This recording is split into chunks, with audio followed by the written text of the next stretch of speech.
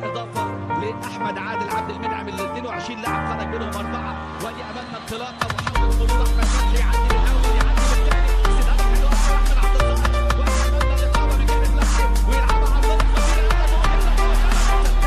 شوف احمد فتحي يزيد من وسط الملعب يحتفل بلاده عايز في الملعب عند احمد فتحي يحطها لمحمد ناجي جده. تمريرات كتير لعيبه النادي الاهلي التأكيد بتاعي، انما تسديده حلوه حلوه حلوه. جول جول جول. احمد فتحي مدفع مسخره دفاعيه في المناطق الدفاعيه لفريق بتروجيت. احمد فتحي مسدد وحده.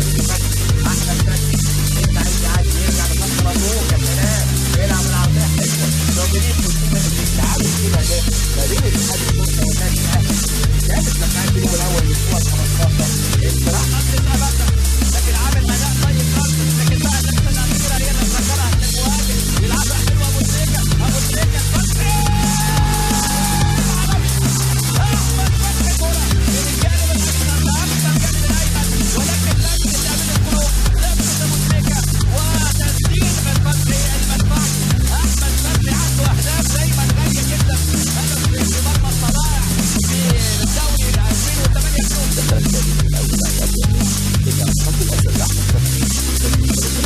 النجاح في الموعد المحدد هنشوفه السابع 26 دقيقة أولى ولا زال التعادل السلبي القائم. عماد طلع أحمد فتحي اللي بيفكر في التسديد ودي جول جول جول. الجول الحلو اللي أحرزه أحمد فتحي تسديدة لا تصد ولا حطت أحمد فتحي واللمة. أحمد فتحي والجول الثالث وولد يا أحمد فتحي وسيرة على الأخوين العقلية. هدف جميل، هدف أوروبي والله يا ولد يا ولد يا فتحي لعيب.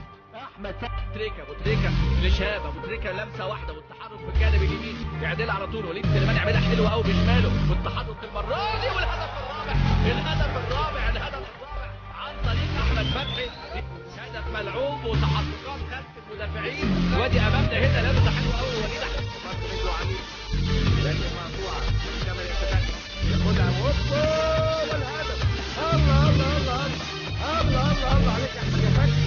حلوة يجيبها جميلة على الشمال واحمد فتحي هوبا تروح في مكان قوي. خطف على هي قدامت فيها هدف قاتل بمهارة الهدافين بروعة المبدعين بجمال.